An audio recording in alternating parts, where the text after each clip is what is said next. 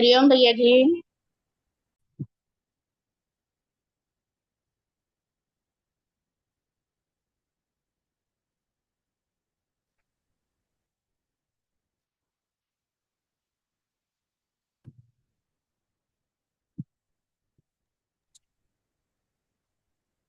गुरु ब्रह्मा गुरु विष्णु गुरुदेवो महेश्वर गुरु साक्षात् परब्रह्म तस्मै श्री गुरुवे नमः। त्वमेव माता च पिता त्वमेव त्वमेव बन्धु च सखा त्वमेव त्वमेव विद्या द्रविणं त्वमेव त्वमेव सर्वं मम देव देव। यहाँ से 13वां अध्याय प्रारंभ होता है। इसमें सदाचार, शौचाचार, स्नान, भस्म धारण, संध्या वंदन, प्रणव जप, गायत्री जप, वो दान, सुबह चलते हैं न्याय 15 मिनट।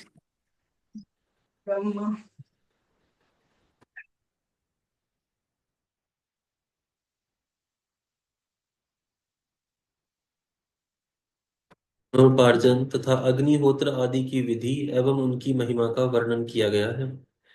ऋषिगण बोले, हे सूत जी, अब आप शीघ्र ही हमें वह सदाचार सुनाइए जिससे विद्वान पुरुष पुण्य लोकों पर विजय प्राप्त कर लेता है।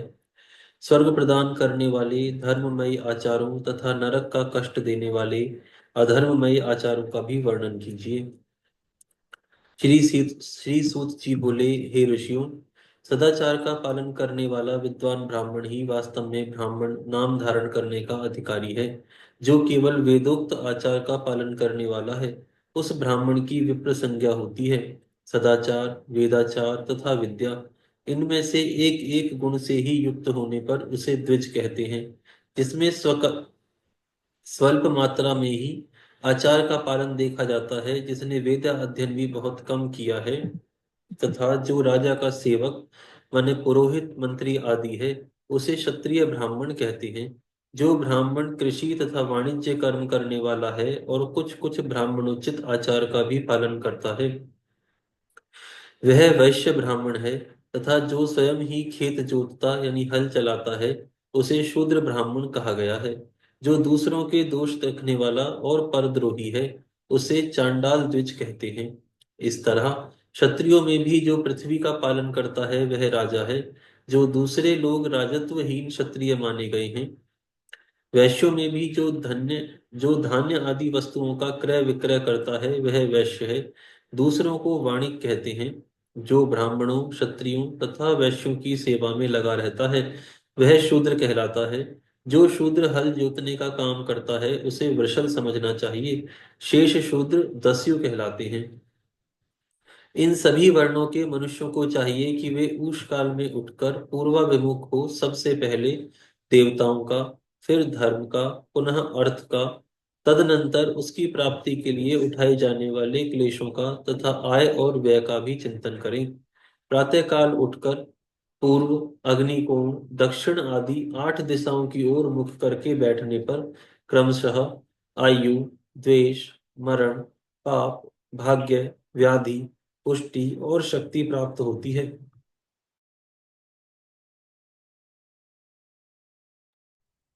रात के पिछले पहर को उषा काल कहा जाना चाहिए, उषा काल जानना चाहिए। उस अंतिम पहर का जो आधा या मध्य भाग है, उसे संधि कहते हैं। उस संधि काल में उठकर द्विज को मल मूत्र आदि का त्याग करना चाहिए। घर से दूर जाकर बाहर से अपने शरीर को ढके रखकर दिन में उत्तराभिमुख बैठकर मल मूत्र का त्याग करें। यदि उत्तराभिमुख बैठने में कोई रुकावट हो, तो दूसरी दिशा की ओर मुख करके बैठें। जल, अग्नि, ब्राह्मण आदि तथा देवताओं का सामना बचाकर बैठें। बाएं हाथ से उपस्थ को ढककर तथा दाहिने हाथ से मुख को ढककर मल त्याग करें। उठने पर उस मल को ना देखें। तदनंतर जलाशय से बाहर निकाले हुए जल से ही शुद्धि करें, अथवा देवताओं, पितरों तथा ऋषियों के तीर्थों में उतरे बिना ही उतरे बिना ही प्राप्त हुए जल से शुद्धि करनी चाहिए। गुदा में 7, 5 या 3 बार मिट्टी से उसे धोकर शुद्ध करें।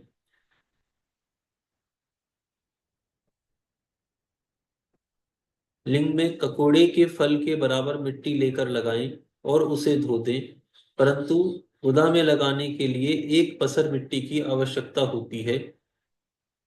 इन दोनों की शुद्धि के पश्चात उठकर अन्यत्र जाएं और हाथ पैरों की शुद्धि करके 8 बार कुल्ला करें।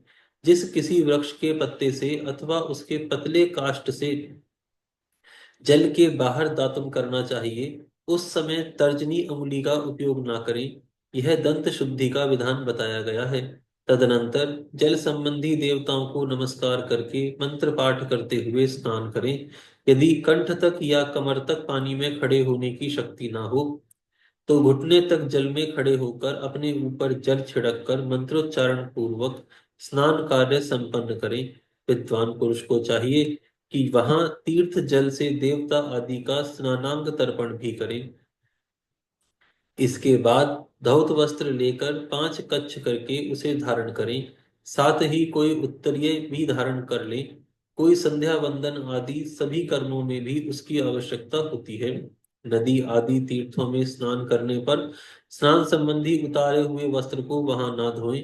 स्नान के पश्चात विद्वान पुरुष उस वस्त्र को बावड़ी में कुएं के पास अथवा घर आदि में ले जाएं और वहां पत्थर पर लकड़ी आदि पर जल में या स्थल में अच्छी तरह धोकर उस वस्त्र को निचोड़ें।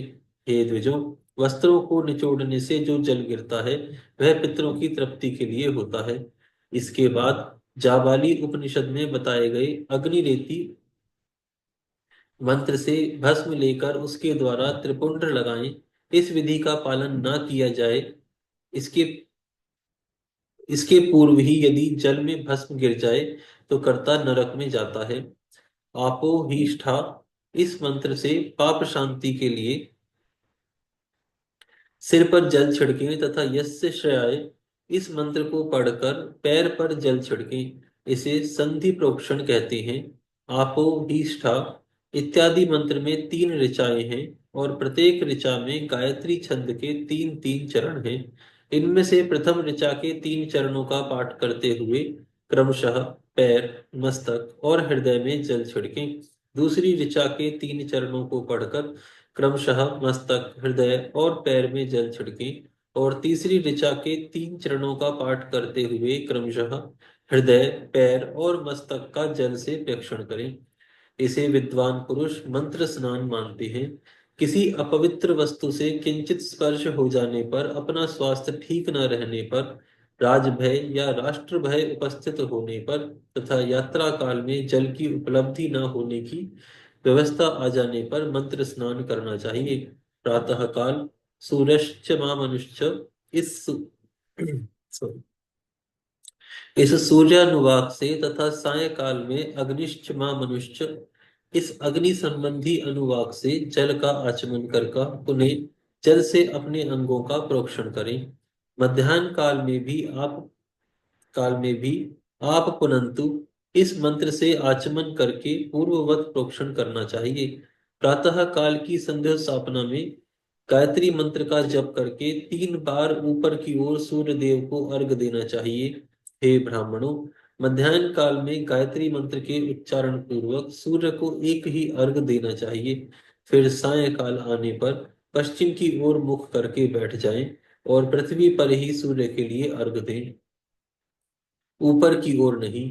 प्रातः काल और मध्याह्न काल के समय अंजलि में अर्घ्य जल लेकर अंगुलियों की ओर से सूर्य देव के लिए अर्घ दें। अंगुलियों के छिद्र से ढलते हुए सूर्य को देखें तथा उनके लिए आत्म प्रदक्षिणा करके शुद्ध आचमन करें। सायंकाल में सूर्यास्त से 2 घड़ी पहले की हुई संध्या निष्फल होती है, क्योंकि वह साय संध्या का समय नहीं है। ठीक समय पर संध्या करनी चाहिए, ऐसी शास्त्र की आज्ञा है। यदि संध्योपासना किए बिना दिन बीत जाए तो प्रत्येक समय के लिए क्रमशः प्रायश्चित करना चाहिए। यदि एक दिन बीते तो प्रत्येक बीते हुए संध्या काल के लिए नित्य नियम के अतिरिक्त 100 गायत्री मंत्र का अधिक जाप करें। यदि नित्य कर्म के लुप्त हुए 10 दिन से अधिक बीत जाएं, तो उसके प्रायश्चित रूप में 1 लाख गायत्री मंत्र का जप करना चाहिए। यदि 1 मास तक नित्य कर्म छूट जाए तो पुनः अपना उपनयन संस्कार कराएं। अर्थ सिद्धि के लिए ईश, गौरी, कार्तिकेय, विष्णु, ब्रह्मा, चंद्रमा और यम का तथा ऐसे ही अन्य देवताओं का भी शुद्ध जल से तर्पण करें। तत्पश्चात तर्पण कर्म को ब्राह्मणार्पण करके शुद्ध आचमन करें। तिथि के दक्षिण भाग में प्रशस्त मठ में, मंत्रालय में, देवालय में, घर में अथवा अन्य किसी नियत स्थान में आसन पर स्थिरता पूर्वक बैठकर विद्वान पुरुष अपनी बुद्धि को स्थिर करें और संपूर्ण देवताओं को नमस्कार करके पहले प्रणव का जप करने के पश्चात गायत्री मंत्र की आवृत्ति करें। प्रणव के अ, उ, म इन तीन अक्षरों से जीव और ब्रह्म की एकता का प्रतिपादन होता है। इस बात को जानकर प्रणव का जप करना चाहिए। जप काल में यह भावना करनी चाहिए कि हम तीनों लोकों की सृष्टि ब्रह्मा करने वाले श्री ब्रह्मा, पालन करने वाले श्री विष्णु तथा संहार करने वाले श्री रुद्र की, जो स्वयं प्रकाश चिन्मय हैं, उपासना करते हैं। यह ब्रह्म स्वरूप ओंकार हमारी कर्मेंद्रियों और ज्ञानेंद्रियों की वृत्तियों को, मन की वृत्तियों को तथा बुद्धि वृत्तियों को सदा भोग और मोक्ष प्रदान करने वाले धर्म एवं ज्ञान की ओर प्रेरित करे। बुद्धि के द्वारा प्रणव के इस अर्थ का चिंतन करता हुआ जो इसका जाप करता है, वह निश्चय ही ब्रह्मा को प्राप्त कर लेता है। अथवा अर्थानुसंधान के बिना भी प्रणव का नित्य जप करना चाहिए। इससे ब्राह्मणत्व की पूर्ति होती है। ब्राह्मणत्व की पूर्ति के लिए श्रेष्ठ ब्राह्मण को प्रतिदिन प्रातः काल 1 सहस्त्र गायत्री मंत्र का जप करना चाहिए। मध्याह्न काल में 100 बार और साय काल में 28 बार जप की विधि है। अन्य वर्ण के लोगों को अर्थात क्षत्रिय और वैश्यों को तीनों संध्याओं के समय यथा संध्या गायत्री मंत्र का जप करना चाहिए। शरीर के भीतर मूलाधार, स्वाधिष्ठान, मणिपुर, अनाहत, आज्ञा और सहस्त्रार, ये 6 चक्र हैं। इनमें मूलाधार से लेकर सहस्त्रार तक 6 स्थान में क्रमशः विद्वेश्वर, ब्रह्मा, विष्णु, ईश, जीवात्मा और परमेश्वर स्थित हैं। इन सब में ब्रह्म बुद्धि करके इनकी एकता का निश्चय करें और वह ब्रह्मा मैं हूँ ऐसी भावना से युक्त होकर जप करें। उन्हीं विद्वेश्वर आदि की ब्रह्मरंध्र आदि में तथा इस शरीर से बाहर भी भावना करें। महतत्व से लेकर पंचभूत पर्यंत तत्वों से बना हुआ जो शरीर है, ऐसे सहस्त्रों शरीरों का एक एक अजपा गायत्री के जप से एक एक के क्रम से अतिक्रमण करके जीव को धीरे धीरे परमात्मा से संयुक्त करें। यह जप का तत्व बताया गया है। 100 अथवा 28 मंत्रों के जप से उतने ही शरीरों का अतिक्रमण होता है। इस प्रकार जो मंत्रों का जप है, इसी को आदि क्रम से वास्तविक जप जानना चाहिए। 1000 बार किया हुआ ब्रह्म जप ब्रह्मलोक प्रदान करने वाला होता है। ऐसा जानना चाहिए कि 100 बार किया हुआ जप इंद्र पद की प्राप्ति कराने वाला माना गया है। ब्राह्मणोत्तर पुरुष आत्मरक्षा के लिए जो स्वल्प मात्रा में जप करता है, वह ब्राह्मण के कुल में जन्म लेता है। इस प्रकार प्रतिदिन सूर्योपासना करके उपर्युक्त रूप से जप का अनुष्ठान करना चाहिए। 12 लाख गायत्री का जप करने वाला पुरुष पूर्ण रूप से ब्राह्मण कहा गया है। जिस ब्राह्मण ने 1 लाख गायत्री का भी जप न किया हो, उसे वैदिक कार्य में न लगाएं। 70 वर्ष की अवस्था तक नियम पालन पूर्वक कार्य करें। इसके बाद गृह त्याग कर संन्यास ले लें। परिव्राजक या सन्यासी पुरुष नित्य प्रातःकाल 12,000 प्रणव का जप करे। यदि एक दिन नियम का उल्लंघन हो जाए तो दूसरे दिन उसके बदले में उतना मंत्र और अधिक जपना चाहिए। इस प्रकार जप को चलाने का प्रयत्न करना चाहिए। यदि क्रमशः 1 मास उल्लंघन का व्यतीत हो गया तो 1.5 लाख जप करके उसका प्रायश्चित करना चाहिए। इससे अधिक समय तक नियम का उल्लंघन हो जाए तो पुनः नए सिरे से गुरु से नियम ग्रहण करें। ऐसा करने से दोषों की शांति होती है, अन्यथा रौरव नरक में जाना पड़ता है। जो साकाम भावना से युक्त गृहस्थ ब्राह्मण है, उसी को धर्म तथा अर्थ के लिए यत्न करना चाहिए। मुमुक्षु ब्राह्मण को तो सदा ज्ञान का ही अभ्यास करना चाहिए। धर्म से अर्थ की प्राप्ति होती है, अर्थ से भोग सुलभ होता है और उस भोग से वैराग्य की प्राप्ति होती है। धर्म पूर्वक उपार्जित धन से जो भोग प्राप्त होता है उससे एक दिन अवश्य वैराग्य का उदय होता है। धर्म की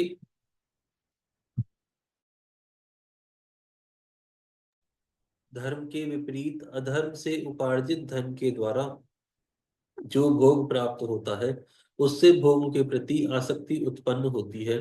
धर्म दो प्रकार का कहा गया है, द्रव्य के द्वारा संपादित होने वाला और शरीर से किया जाने वाला। द्रव्य धर्म यज्ञ आदि के रूप में और शरीर धर्म तीर्थ स्नान आदि के रूप में पाए जाते हैं। मनुष्य धर्म से धन पाता है, तपस्या से उसे दिव्य रूप की प्राप्ति होती है। कामनाओं का त्याग करने वाले पुरुष के अंतःकरण की शुद्धि होती है, उस शुद्धि से ज्ञान का उदय होता है, इसमें संशय नहीं है। सत्ययुग आदि में तप को ही प्रशस्त कहा गया है, किंतु कलयुग में द्रव्य साध्य धर्म अच्छा माना गया है। सत्य युग में ध्यान से, त्रेता में तपस्या से और द्वापर में यज्ञ करने से ज्ञान की सिद्धि होती है, परंतु कलयुग में प्रतिमा यानी भगव विग्रह की पूजा से ज्ञान लाभ होता है। जिसका जैसा पुण्य या पाप होता है उसे वैसा ही फल प्राप्त होता है। द्रव्य, देह अथवा अंग में न्यूनता, वृद्धि अथवा क्षय आदि के रूप में वह फल प्रकट होता है। अधर्म हिंसा दुख रूप है और धर्म सुख रूप है, परंतु मनुष्य अधर्म से दुख पाता है और धर्म से सुख एवं अभ्युदय का भागी होता है। दुराचार से दुख प्राप्त होता है और सदाचार से सुख। अतः भोग और मोक्ष की सिद्धि के लिए धर्म का उपार्जन करना चाहिए।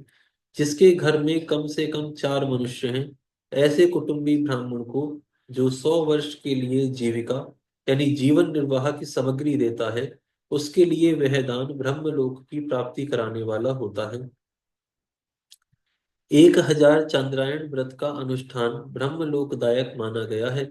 जो क्षत्रिय 1000 कुटुंबों को जीविका और आवास देता है उसका वह कर्म इंद्रलोक की प्राप्ति कराने वाला होता है, और 10,000 कुटुंबों को दिया हुआ आश्रयदान ब्रह्मलोक प्रदान करता है। दाता पुरुष जिस देवता के उद्देश्य से दान करता है, अर्थात वह दान के द्वारा जिस देवता को प्रसन्न करना चाहता है, उसी का लोक उसे प्राप्त होता है, ऐसा वेद वेत्ता पुरुष कहते हैं। धनहीन पुरुष सदा तपस्या का उपार्जन करे, क्योंकि तपस्या और तीर्थ सेवन से अक्षय सुख पाकर मनुष्य उसका उपभोग करता है। आज यहाँ विराम करते हैं, फिर कल से प्रारंभ करेंगे। हरि बोल।